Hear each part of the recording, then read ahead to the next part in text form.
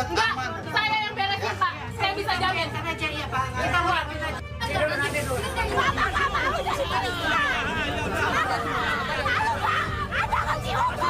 Jurusita Pengadilan Negeri Jakarta Utara yang dibantu petugas kepolisian terlibat kericuhan dengan penghuni bangunan di Jalan Pegangsaan 2, Kelapa Gading, Jakarta Utara. Petugas yang akan melakukan eksekusi lahan atas putusan Pengadilan Negeri Jakarta Utara mendapat hadangan sejumlah orang. Penghuni bangunan keluarga dari Abdul Hamid bersikeras tidak ingin pindah dari lahan tersebut karena mengklaim bahwa sudah membelinya dari salah satu keluarga ahli waris dan mendapatkan surat hak guna bangunan yang dikeluarkan dari BPN Jakarta Utara. Kita sudah berupaya negosiasi, kita sudah berupaya untuk udah ukur aja. Karena kemarin waktu saya ke PM, Bu Jurusita bilang, kenapa tidak damai? Kenapa tidak damai? Kita bilang, oke damai, tapi kan damai pun ada dasarnya. Di mana? Di mana ukur ulang? Ya, diukur aja. Oke, tanah dia di mana, sisanya berapa? Tanah kita di mana, sisanya berapa? Gitu. Kita open terhadap itu, tapi ketua pengadilan menyatakan tidak, langsung tetap eksekusi.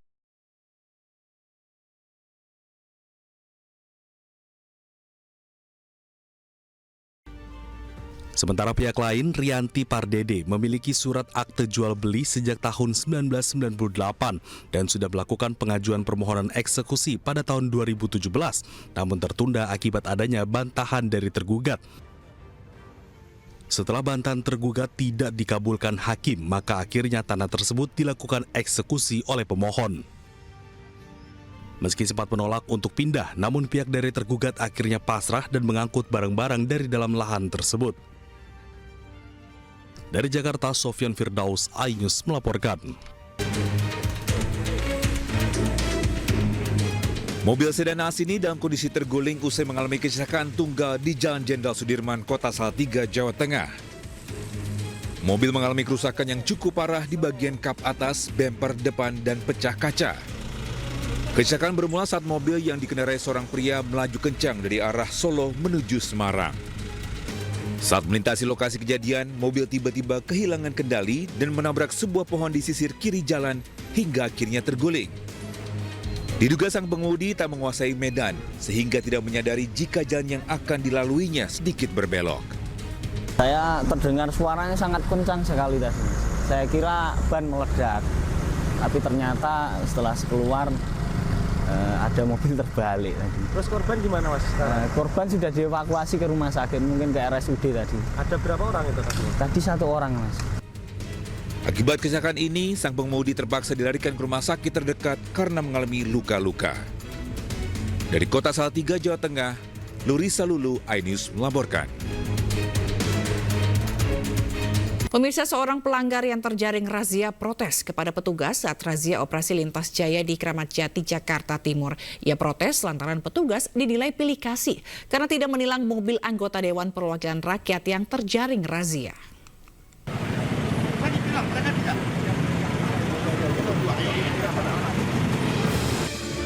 Seorang pelanggar ini protes lantaran petugas diduga pilih kasih saat menjaring razia parkir liar di Jalan Maijen Sutoyo, Cawang, Kramat Jati, Jakarta Timur. Pak, warga negara Indonesia tunduk sama undang-undang. Setuju ya? Kenapa jadi bedakan? Yang dibedakan gimana? Saya dibilang mereka tidak. Mobil diduga milik anggota Dewan Perwakilan Rakyat tidak ditilang hingga berusaha kabur. Namun akibat protes keras dari pengendara lain, akhirnya mobil anggota Dewan ditilang petugas. Sementara sejumlah kendaraan roda 4 yang tengah parkir di depan Lapo langsung disergap puluhan petugas gabungan. Dari hasil penindakan tercatat ada 10 mobil dan 1 sepeda motor yang diberikan sanksi tilang oleh petugas. Kembali terkait masalah pelanggaran parkir liar yang memang ini menjadi masalah utama kita. Dari rekan-rekan kepolisian sebanyak 10 untuk kendaraan roda 2 yang ditinggal pemiliknya kita mencari kendaraan 1. Pelanggar semuanya ditilang ya? Untuk yang ada penumpang, ada pemudian kita tilang semua ada 10 nanti. Untuk motor? Untuk motor aku jaring, lanjut yang ada pemudian terus kita tilang. Di kawasan ini banyak pengendara roda 4 parkir di bahu jalan hingga memicu terjadinya kemacetan lalu lintas. Petugas mengimbau kepada warga untuk tidak parkir sembarangan. Dari Jakarta, Rio Manik, iNews melaporkan. Polisi menggerebek kampung narkoba di Lembah Berkah, Medan Sunggal. Dalam penggerebekan, belasan pengguna narkoba melompat ke sungai untuk menyelamatkan diri.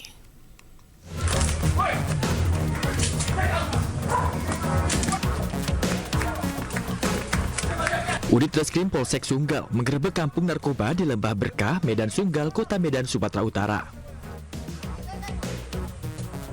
Petugas harus mengejar para pengguna narkoba yang langsung kabur dan melompat ke sungai. Dari lokasi, polisi menemukan gubuk yang diduga digunakan sebagai tempat mengkonsumsi narkoba. Sejumlah barang bukti sabu-sabu, ganja, dan alat hisap sabu diamankan. Petugas pun menghancurkan dan membakar gubuk narkoba dan menyiagakan petugas di persimpangan jalan masuk lokasi ini agar tidak digunakan lagi. Kegiatan tampung anti narkoba itu yang dilaksanakan oleh personel kami di Reskrim ini berdasarkan adanya beberapa laporan masyarakat yang memang selama ini diduga tempat tersebut dijadikan tempat sering terjadinya upaya peredaran narkoba di sana. Diharapkan dengan penggerebekan rutin serta pembinaan di masyarakat dapat mengurangi peredaran narkoba di kawasan Medan Sunggal. Dari Medan, Sumatera Utara, Ahmad Ridwan Nasution, iNews melaporkan. Petugas Polres Metro Jakarta Selatan menangkap 2 pengedar kosmetik ilegal di kawasan Pengasinan, Bekasi, Jawa Barat. Selama 1,5 tahun beroperasi, kedua tersangka meraup keuntungan hingga 1,5 miliar rupiah.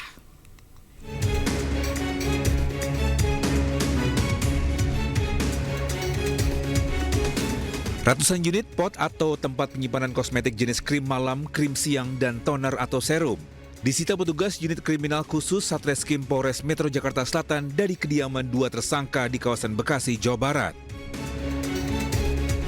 Pengungkapan peredaran kosmetik ilegal ini berawal dari laporan warga yang mengalami iritasi pada kulit usai menggunakan kosmetik yang dibeli secara daring. Setelah diselidiki, petugas kemudian menciduk 2 tersangka bernama Muhammad Sidik, 35 tahun, dan Rohyani, 37 tahun ketika hendak mengirim kosmetik ilegal ke pelanggan. Kedua tersangka mengaku membeli bahan baku pembuatan kosmetik secara daring di Pasar ASMK Jakarta Barat yang kemudian diracik dan dikemas sendiri. Pelaku bahwa pelaku melaksanakan kegiatan ini kurang lebih selama 1,5 tahun dengan omset selama 1,5 tahun kurang lebih 1 miliar sampai dengan 1,5 miliar.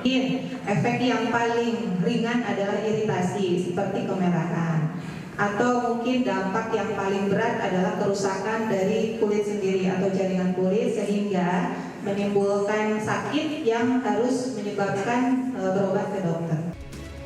Keduanya dijerat Undang-Undang Kesehatan dan Undang-Undang Perlindungan Konsumen dengan ancaman hukuman maksimal selama 12 tahun penjara.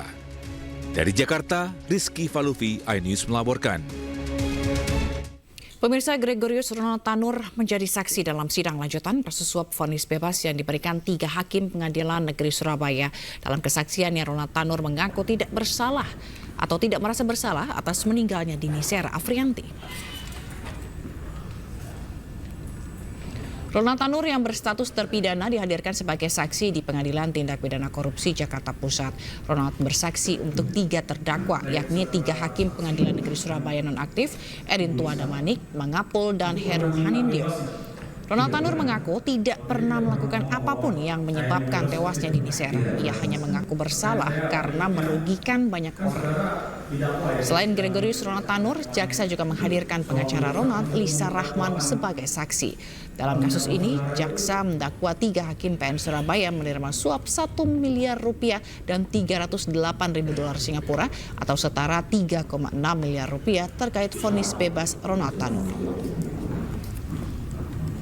Pertanyaan saya, apakah saudara merasa bersalah atas adanya meninggalnya saudara ini, saudara yang melakukannya? Saudara merasa bersalah? Saya tidak pernah merasa melakukan apapun pada saudara ini. Saya hanya merasa bersalah karena saya telah merugikan orang banyak.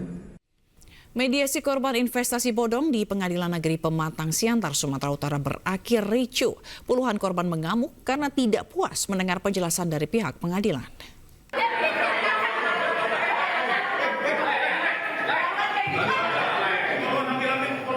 Sejumlah emak-emak mengamuk memaki hakim dan polisi saat mediasi kasus investasi bodong Koperasi Bank Negara Indonesia Pematang Siantar, Sumatera Utara. Awalnya proses mediasi antara sejumlah korban dan ketua pengadilan negeri berjalan lancar. Namun saat korban meminta agar pengadilan menggelar eksekusi terhadap aset harta kekayaan 8 terpidana sesuai putusan Mahkamah Agung, pihak pengadilan berdalih dengan alasan korban sebagai penggugat belum membayar biaya administrasi dan belum menyerahkan daftar aset para terpidana yang akan dieksekusi. Korban yang sudah berjuang 10 tahun terakhir merasa tidak dihargai karena dibebankan untuk mencari daftar aset terpidana tanpa adanya surat pengantar dari pengadilan. Itu tidak bisa dilakukan. Kami disuruh lagi sama ketua pengadilan untuk mencari harta-harta 8 oknum yang harus membayar uang kami. Apa mungkin? Kasus ini sudah 10 tahun yang lalu. Pastinya harta-harta si penipu ini pastinya sudah dijual atau dipindahkan ke atas nama orang lain. Selama 2 tahun permohonan eksekusi kami belum ada tindak lanjut dari pengadilan. Itulah yang selama ini kami minta supaya langsung ketemu dengan ketua pengadilan. Tetapi apa yang disampaikan? Mereka hanya menyampaikan secara teori, prakteknya nol. Puluhan korban akan tetap melanjutkan aksi dengan tuntutan agar pihak pengadilan segera menjalankan putusan Mahkamah Agung. Dari Pematang Siantar, Sumatera Utara, Dharma Setiawan, iNews melaporkan. Anda kembali menyaksikan iNews Siang. Pemirsa, Menteri Desa dan Pembangunan Daerah Tertinggal Yandri Susanto terbukti cawe-cawe untuk memenangkan istrinya di Pilkada Kabupaten Serang dengan mengerahkan dukungan kepala desa. Mahkamah Konstitusi memerintahkan KPU melakukan pemungutan suara ulang di seluruh TPS.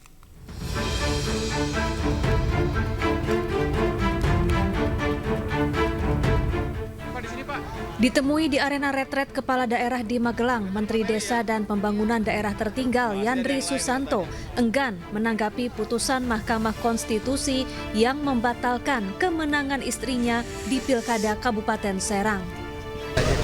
Tapi kalau MK itu besok saya mau jumpa PES khusus. Kalau sini kan enggak, kalau sini kan ini fasilitas retreat ya. Besok.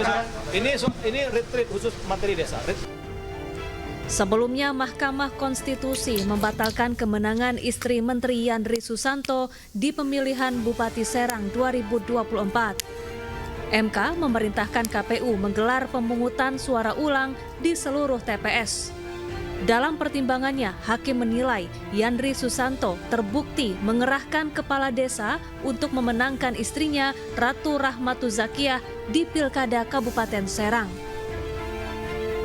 Menyatakan batal keputusan Komisi Pemilihan Umum Kabupaten Serang nomor 2028 tahun 2024 tentang penetapan hasil pemilihan Bupati dan Wakil Bupati Serang tahun 2024 bertanggal 4 Desember 2024. 3. Memerintahkan Komisi Pemilihan Umum Kabupaten Serang untuk melaksanakan pemungutan suara ulang pemilihan Bupati dan Wakil Bupati Serang tahun 2024 di seluruh TPS di Kabupaten Serang dengan mendasarkan pada daftar pemilih tetap, daftar pemilih pindahan, dan daftar pemilih tambahan yang sama dengan pemungutan suara pada tanggal 27 November 2024 untuk pemilihan Bupati dan Wakil Bupati Serang tahun 2024 sesuai dengan peraturan perundang-undangan yang dilaksanakan dalam waktu paling lama 60 hari sejak putusan aku diucapkan. Tak hanya kali ini, sebelumnya Yandri pernah jadi sorotan lantaran menggunakan kop surat Kementerian Desa dan Pembangunan Daerah Tertinggal untuk acara pribadi. Yandri menyebarkan undangan acara haul dan syukuran dengan kop surat kementerian kepada seluruh kepala desa, pejabat kecamatan, dan Kabupaten Serang. Tim Liputan iNews melaporkan. Ratu Rahmatu Zakiah adalah istri dari Menteri Desa dan Pembangunan Daerah Tertinggal Yandri Susanto. Berikut profil Bupati Serang terpilih 2024 Ratu Rahmatu Zakiah yang batal dilantik.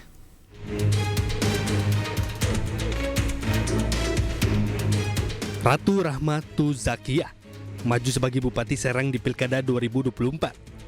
Ia maju bersama dengan Najib Hamas, politikus PKS.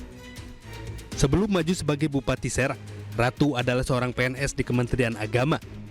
Ia mundur pada September 2024 untuk fokus dalam Pilkada 2024. Ratu Rahmat Tuzakiah pernah menjabat sebagai Ketua Muslimah Provinsi Banten pada tahun 2021 hingga 2024. Ia juga pernah menjabat sebagai Ketua Umum Fatayat NU Kabupaten Serang pada tahun 2012 hingga 2022. Buntut batalnya Ratu Rahmat Tuzakiah menjabat sebagai Bupati Serang, Mahkamah Konstitusi memerintahkan KPU melakukan pemungutan suara ulang di seluruh TPS. Dan untuk membahasnya sudah bergabung bersama kami Ketua KPU Kabupaten Serang, Muhammad Nasehudin. Selamat siang Pak Nasehudin. Baik, selamat siang Mbak Jia. Baik, Pak Nasehudin, ini tanggapan KPU seperti apa atas putusan MK dan apa langkah KPU selanjutnya? Saya kira terkait dengan amar putusan MK, yang jelas itu harus dilaksanakan. Dan kita juga sudah melihat bersama pembacaan hasil sengketa perselisihan hasil di Mahkamah Konstitusi, yang mana pada amar putusannya diantaranya adalah memerintahkan KPU Kabupaten Serang untuk melaksanakan pemungutan suara ulang di seluruh TPS di wilayah Kabupaten Serang. Oleh karenanya terhadap hal itu, maka kita sudah dilakukan supervisi oleh KPU Provinsi berkaitan dengan persiapan melaksanaan kegiatan PSU tersebut. Dan hari ini kita sedang melaksanakan pemetaan, persiapan, kemudian perencanaan terkait pelaksanaannya. Kemudian di samping itu juga kita menunggu arahan Juknis ya terkait dengan baik itu penganggaran, tahapan dan seterusnya. Kita masih menunggu, mudah-mudahan 1 atau 2 hari ke depan kita sudah melaksanakan finalisasi persiapan. Begitu saya kira. Oke. Ada tenggat waktu yang harus Anda penuhi dalam melakukan pemilihan suara ulang ini begitu berdasarkan dari keputusan MK. Rencananya kapan akan dilaksanakan dan bagaimana nanti mekanismenya, Pak Nasehudin? Nah ini yang kita masih menunggu arah. Ya, kalau di amar putusan kan paling lambat 60 hari. Artinya di tenggang waktu 60 hari itu harus sudah selesai pelaksananya. Apakah mau di ujung, apakah kita maksimalkan 60 hari, 40 hari atau seperti apa. Tapi kan estimasi yang sementara ini adalah waktunya di tanggal 25 April ya. Nah, 20 April berkaitan dengan pelaksanaannya. Tapi itu hanya berbicara baru sekedar dari wilayah bisnis kita, tapi nanti fixnya kita masih menunggu arahan dari KPU RI ataupun juga KPU Provinsi. Demikian. Baik, arahan untuk melakukan pemilihan suara ulang ini dilakukan agar dilakukan untuk di seluruh TPS gitu ya Pak ya. Bagaimana sosialisasinya nanti kepada warga mengenai pemilihan atau pemungutan suara ulang ini? Ya, ini kan kaitannya dengan pemungutan suara ulang ini kan tidak ada beberapa tahapan yang kira-kira berbeda dengan pemungutan yang awal ya, atau pelaksanaan pilkada yang awal sebelum PS. Misalkan kaitan pencalonan itu sudah tidak ada lagi. Kemudian karena kontestannya masih yang sama. Kemudian kaitan dengan pemutahiran data pemilih juga tidak dilakukan pemutahiran data pemilih lagi. Artinya ini yang dipakai sesuai amar putusan data pemilih yang sebagaimana dipakai pada tanggal 27 November tahun 2024 gitu. Kemudian yang selanjutnya kaitan sosialisasi tentu ini kan harus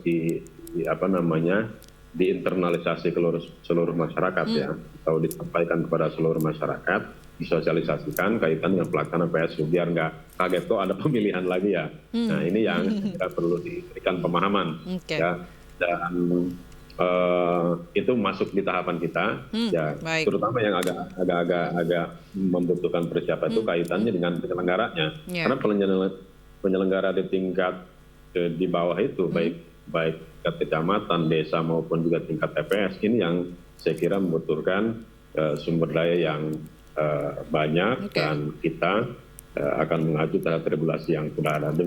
Termasuk soal anggaran ini juga akan didiskusikan. Dari mana nanti anggaran yang digunakan dari mana Pak Nasehudin, dan apakah KPU ini bisa meyakinkan juga atau memastikan bahwa tingkat partisipasi pada PSU kali ini akan tetap tinggi? Ya, ini kaitannya dengan penganggaran ya. teknis kita lagi di jam 10 tadi melakukan Zoom meeting ya dengan Kemendagri kaitannya dengan mengecek kesiapan ataupun juga kaitannya dengan membuat draft perencanaan penganggarannya kaitannya dengan PSU ini. Nah kalau kita feedback yang kemarin, ini kan kemarin masih ada support ya dari KPU provinsi, ada semacam cost sharing ya. Kayak honor itu kan di hire oleh KPU atau diambil alih pendanaannya oleh KPU provinsi. Nah sementara kan Pilgub ini sudah selesai. Nah ini yang perlu dibicarakan saya kira dengan pemerintah daerah atau juga dengan KPU provinsi atau seperti apa. Dan ini dikembalikan kepada daerah kesiapan penganggarannya. Gitu. Baik, jadi masih digodok, masih dimatangkan begitu ya persiapannya. Semoga nanti berjalan dengan lancar. Terima kasih Amin. Ketua KPU Kabupaten Serang Muhammad Nasiruddin telah bergabung di AINews Siang. Salam sehat selalu. Terima kasih Pak. Tanggal 3 Oktober 2024 saya diundang, bukan pihak yang mengundang para kepala desa. Saya diundang, ada bukti suratnya dan itu juga disampaikan ke Mahkamah Konstitusi. Jadi saya diundang.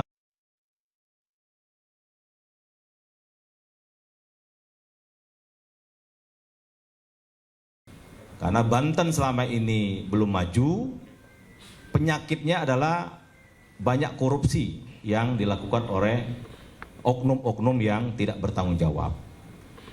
Jadi saya ulangi lagi, tanggal 3 Oktober 2024, saya belum Menteri Desa dan tidak lagi menjadi Wakil Ketua MPR.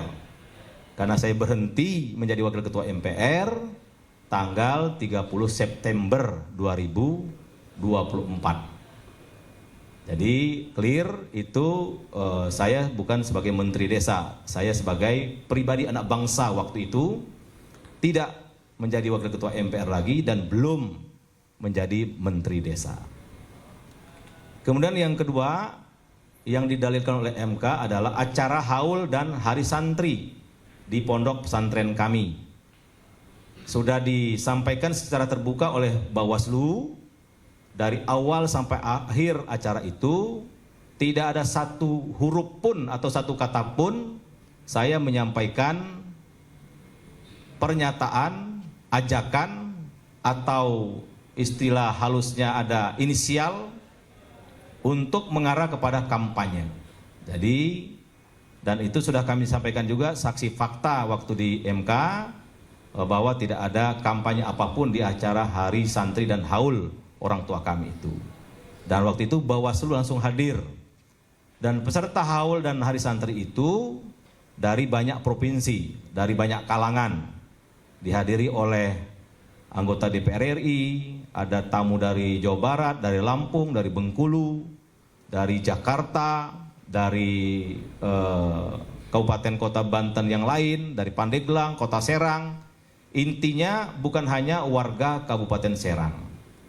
Ada rektor hadir, ada PJ Wali Kota hadir, ada Sekda hadir. Jadi itu memang betul-betul murni acara haul dan hari santri. Dan sekali lagi Bawaslu langsung mengawasi dan menyatakan memang tidak sama sekali ada kampanye. Nah yang ketiga yang mereka dalilkan adalah kunjungan kerja saya sebagai Menteri Desa ke Kabupaten Serang. Ini alhamdulillah saksi fakta mereka penggugat yaitu pihak Andika, Saudara Hulman, Kepala Desa yang mereka hadirkan. Saudara Hulman menyampaikan di Mahkamah Konstitusi ketika Saudara Hulman mengikuti kunjungan kerja saya di dua tempat, mereka sampaikan di depan Majelis Hakim bahwa Mendes sama sekali tidak melakukan kampanye apapun. Dan ini juga dibenarkan oleh Bawaslu. Nah itu mungkin kronologis, jadi dalil-dalil yang MK sampaikan perlu saya luruskan dengan 3 dasar tadi. Tapi karena Mahkamah Konstitusi sudah memutuskan sifatnya final dan mengikat, tentu kita hormati. Kita hormati dan saya dapat laporan karena saya sekarang masih juga ketua tim Pilkada DPP PAN bahwa partai koalisi di Kabupaten Serang, yaitu Gerindra, PAN, PKS, dan lain-lain, insya Allah siap untuk mengikuti perintah Mahkamah Konstitusi, yaitu pemilihan suara ulang di semua TPS. Dan pada kesempatan ini kami sampaikan juga, kalaulah saya bisa mengendalikan kepala desa, toh saya baru berapa minggu jadi menteri desa, ya kan? Dan saya sebagian besar tidak kenal dengan kepala desa yang ada di Serang. Dan saksi yang mereka sampaikan, hadirkan waktu di Mahkamah Konstitusi, yaitu Pak Kades Julang namanya, bisa dilihat di YouTube itu di sidang MK, Pak Haji Karsa, apa Karso tuh saya nggak kenal. Dan saya memang belum pernah berinteraksi sama beliau, belum pernah juga ke desa Julang, tapi faktanya 02 yaitu Zakia Najib pemenang di situ. Artinya bukan karena faktor saya. Jelas-jelas kepala desanya kan nggak dukung saya, bahkan di pihak sebelah kan. Tapi masih bisa menang telak 02 itu. Artinya saya meyakini dan menghargai suara rakyat di Kabupaten Serang. 71% kemenangan yang dibatalkan oleh Mahkamah Konstitusi kemarin itu benar-benar suara rakyat. Karena memang mereka tidak lagi mau ada korupsi, tidak ada lagi mau ada jual beli jabatan di Kabupaten Serang, tidak ada lagi hal-hal yang tidak diinginkan seperti sampah-sampah berserakan dan sebagainya. Jadi terlalu naif kalau itu dikaitkan dengan pengaruh saya. Saya ini apalah ya kan, baru menteri desa 2 minggu, ya kan, yang lain berkuasa udah 28 tahun, ya kan, ada juga pihak sebelah itu menggunakan rumah dinasnya yang disewa uang rakyat untuk markas pemenangan, gitu loh. Ada juga yang lain-lain. Jadi sekali lagi, tapi karena ini sudah diputuskan oleh Mahkamah Konstitusi, tentu kita menghormati dan saya menyatakan itulah yang bisa saya sampaikan, fakta yang sebenarnya yang ada di lapangan, bahwa tafsir Mahkamah Konstitusi yang sudah disampaikan kepada publik ya itu hak mereka ya, tapi kami punya fakta sendiri dan sudah kami sampaikan di Mahkamah Konstitusi, tapi fakta-fakta itu tidak dijadikan dalil atau dijadikan pertimbangan oleh Mahkamah Konstitusi sama sekali. Saya kira itu cukup ya, udah banyak itu. Terima kasih. Wassalamualaikum warahmatullahi wabarakatuh.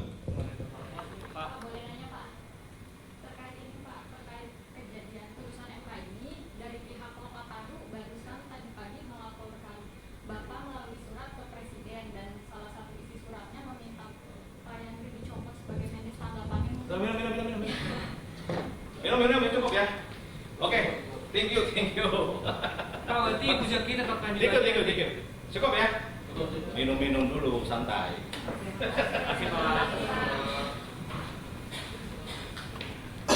Pemirsa, Anda menyaksikan Ayu Siang bersama saya Bernadetta Ginting.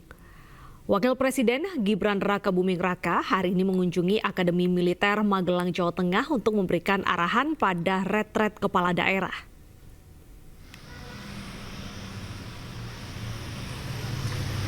Wapres Gibran selesai memberikan arahan kepada para peserta retret kepala daerah di Akademi Militer Magelang. Dalam kunjungan yang singkat ini, Wapres Gibran memberikan materi terkait konsolidasi, sinkronisasi, akselerasi antara pemerintah daerah dan pusat untuk mensukseskan program Astacita. Pembekalan materi Gibran kepada kepala daerah berlangsung tertutup.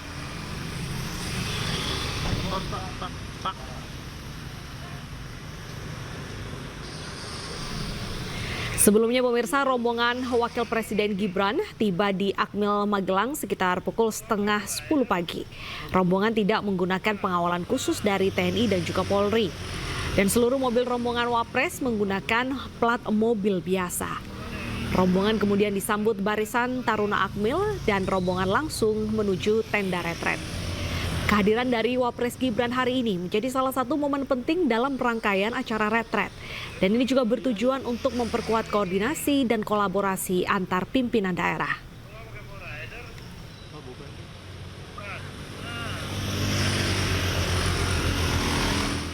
Sementara itu, para kepala daerah yang tidak mengikuti retret di Akademi Militer Magelang direncanakan untuk ikut gelombang berikutnya, yakni pada tanggal 10, yakni 10 kepala daerah yang merupakan kader PDI Perjuangan.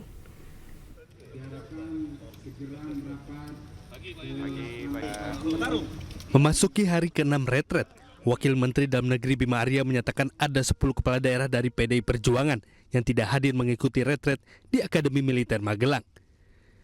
Di antaranya Gubernur Bali, Iwayan Koster, beserta beberapa bupati dan wali kota.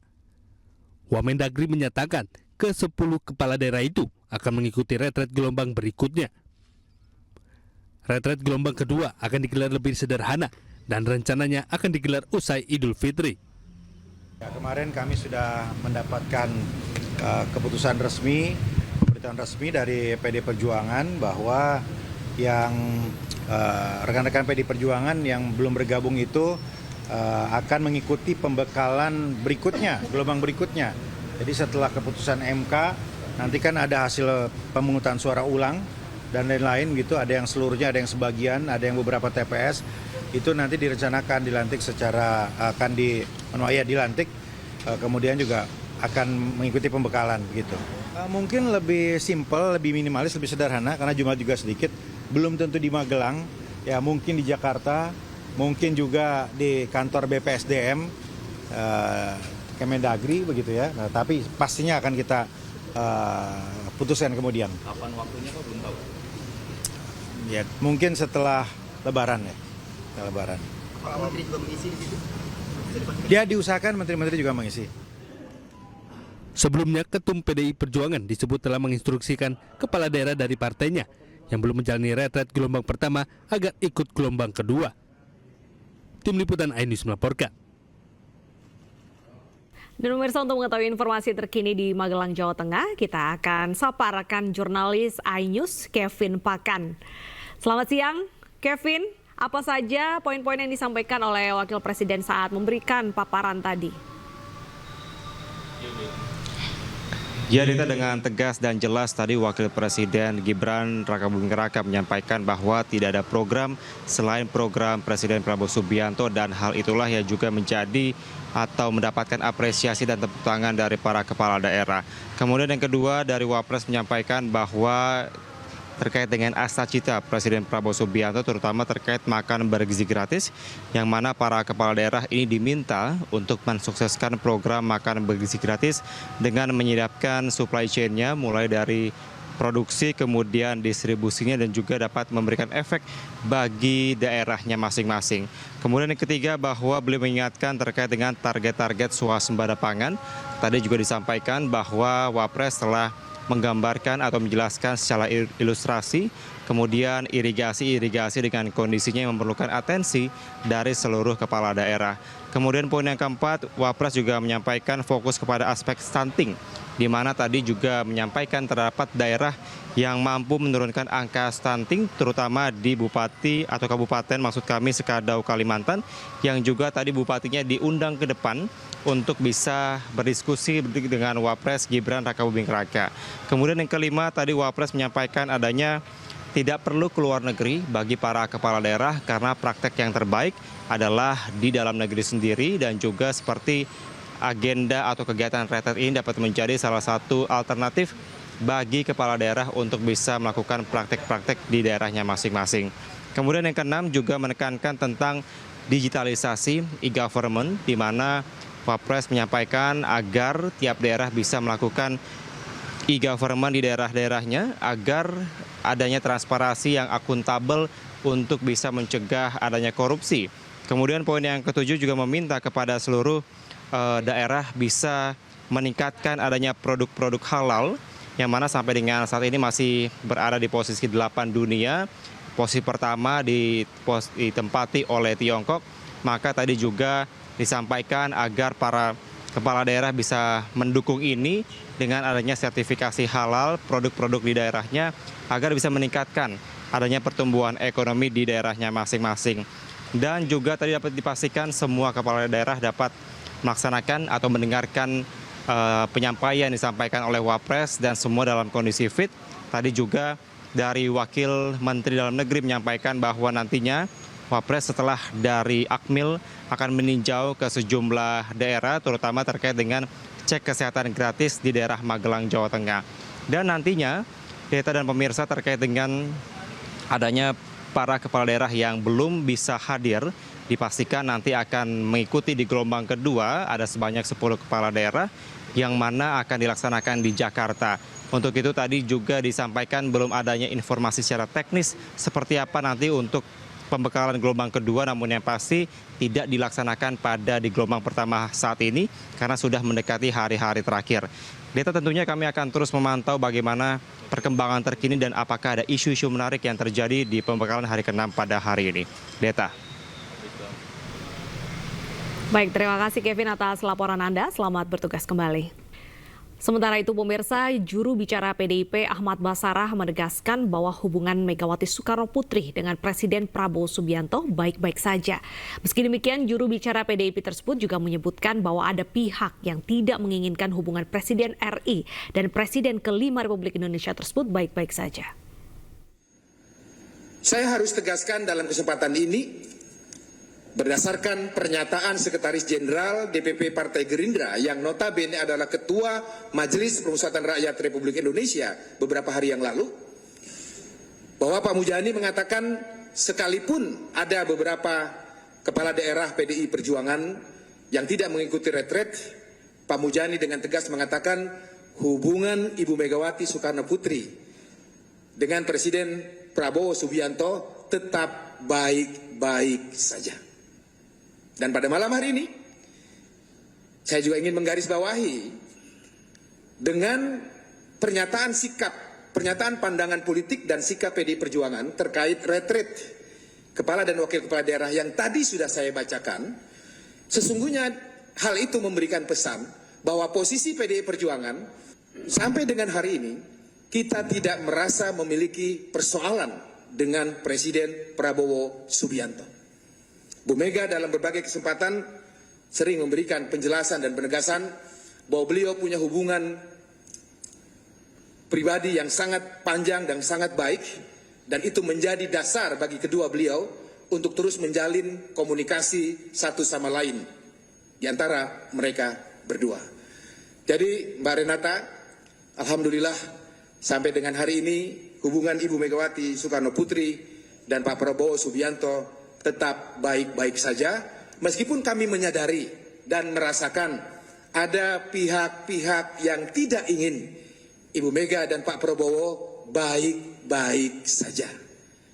Tapi insya Allah Pak Prabowo sudah mengetahui situasi ini, sehingga kami harapkan beliau juga dapat mengambil langkah-langkah untuk tetap menjaga hubungan baiknya dengan sahabat beliau, Ibu Megawati Soekarno Putri, yang juga menjadi Presiden ke-5 Republik Indonesia.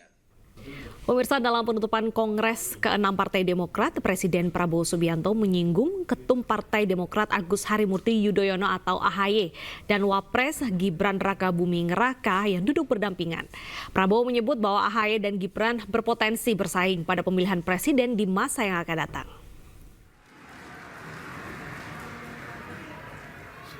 Sekarang duduk berdampingan, nanti bisa bersaing nih dua orang itu.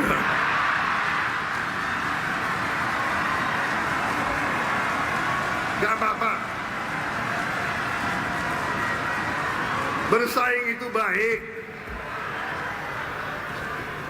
Siapa nomor 1, ajaklah nomor 2, ajaklah nomor 3, iya kan? Pak Jokowi ngalahin saya mau bilang ngalahin gue, nggak enak, ada wartawan. Presiden Indonesia nggak boleh bicara kayak gitu. Ngalahin saya 2 kali, iya kan? Ketawa lagi.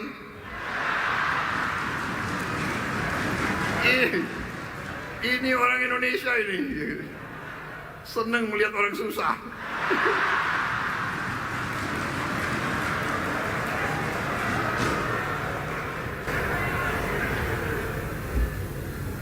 Aku dikalahkan, iya kan? Tapi beliau ngajak saya masuk.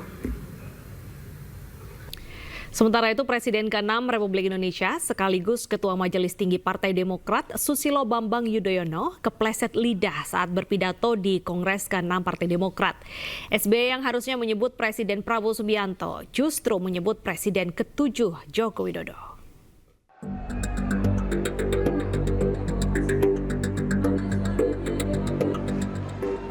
Presiden ke-6 Republik Indonesia Susilo Bambang Yudhoyono sempat kepleset lidah atau slip tongue saat berpidato di Kongres ke-6 Partai Demokrat yang digelar di sebuah hotel di kawasan Jakarta Selatan. Di hadapan kader Demokrat se-Indonesia, Ketua Majelis Tinggi Partai SBY mengajak untuk mendukung Presiden Prabowo Subianto. Namun SBY justru keselip lidah dan menyebut Presiden ke-7 Joko Widodo. Sukseskan pemerintahan Presiden Jokowi. Dengar. Ulangi. Saya ngomong apa tadi? Ini namanya slip of the tongue. Saya ralat. Ini ada pers di sini. Saya ralat Presiden Prabowo Subianto. Partai Demokrat saat ini tergabung dalam Koalisi Indonesia Maju yang mendukung Presiden Prabowo Subianto. Dalam Kongres ke-6, Partai Demokrat kembali memilih Agus Harimurti Yudhoyono sebagai Ketua Umum Partai Demokrat periode 2025 hingga 2030. Tim Liputan iNews melaporkan. Pemirsa, Ketua Umum Ormas Pemuda Pancasila Yapto Suryo Sumarno hari ini diperiksa KPK terkait kasus mantan Bupati Kutai Kartanegara. Yapto tiba di gedung KPK sekitar pukul 9:25 waktu Indonesia Barat untuk menjalani pemeriksaan sebagai saksi pada kasus korupsi yang menjerat mantan Bupati Kutai Kartanegara Rita Widiasari. Yapto didampingi oleh Sekjen Pemuda Pancasila Arif Rahman dan kuasa hukumnya. Setibanya di gedung Merah Putih KPK, Yapto langsung masuk ke ruang penyidik. Sebelumnya pemirsa, penyidik KPK telah menggeledah rumah Yapto dan menyita uang 56 miliar dan sejumlah mobil. Diduga Yapto tersangkut kasus gratifikasi tambang Rita Widiasari, mantan Bupati Kutai Kartanegara. Wakil Gubernur Jakarta Rano Karno menghadiri acara peringatan Hari Gizi Nasional bertajuk Sarapan Sehat Gizi Seimbang yang diikuti oleh balita hingga ibu hamil. Rano menyebut nantinya pemerintah Jakarta juga akan menyelenggarakan program sarapan bergizi bagi anak sekolah. Secara pelantikan, Wakil Gubernur Jakarta Rano Karno menghadiri acara Sarapan Sehat Gizi Seimbang pada Rabu pagi.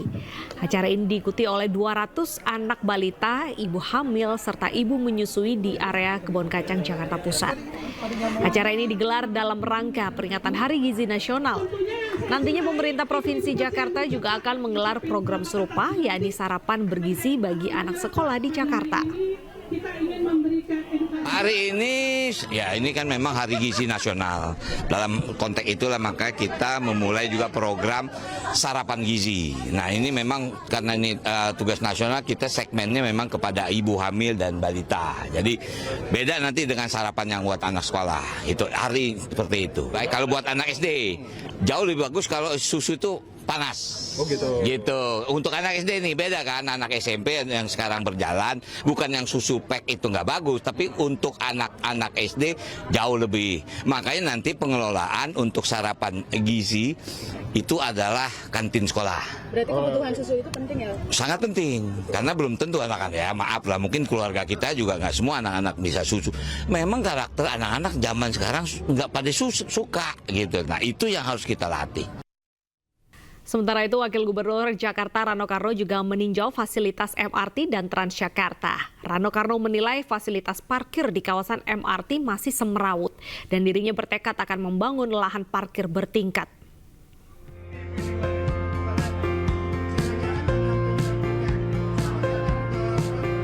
Memasuki hari kelima menjabat sebagai Wakil Gubernur DKI Jakarta, Rano Karno berjanji akan mempercepat pembangunan dan meningkatkan pelayanan transportasi publik di Jakarta.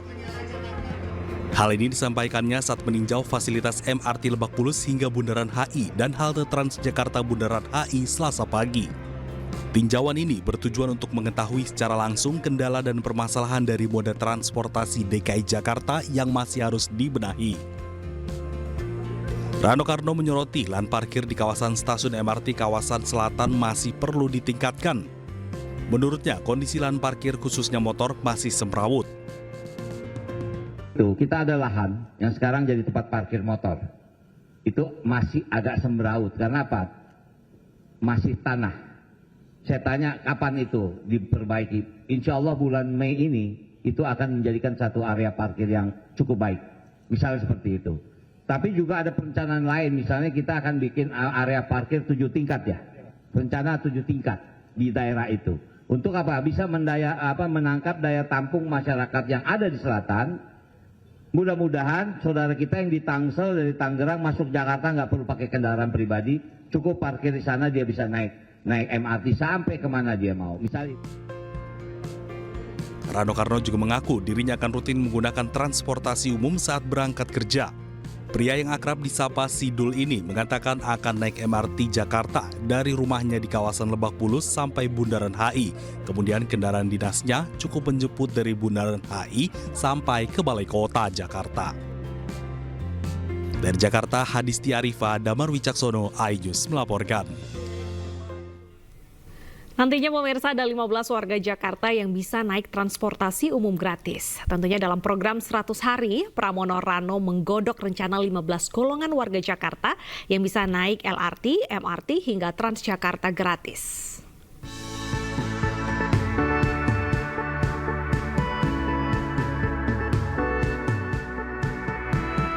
Dalam daftar yang digodok oleh Pramono Rano, berikut 15 warga Jakarta yang bisa naik transportasi umum gratis. Ada pegawai negeri sipil dan pensiunan Pemprov DKI Jakarta. Tenaga kontrak pemerintah Provinsi DKI Jakarta juga bisa menikmati transportasi umum di Jakarta gratis. Kemudian ada penerima kartu Jakarta Pintar. Karyawan swasta atau pekerja yang gajinya sesuai UMP dan diberikan melalui Bank DKI.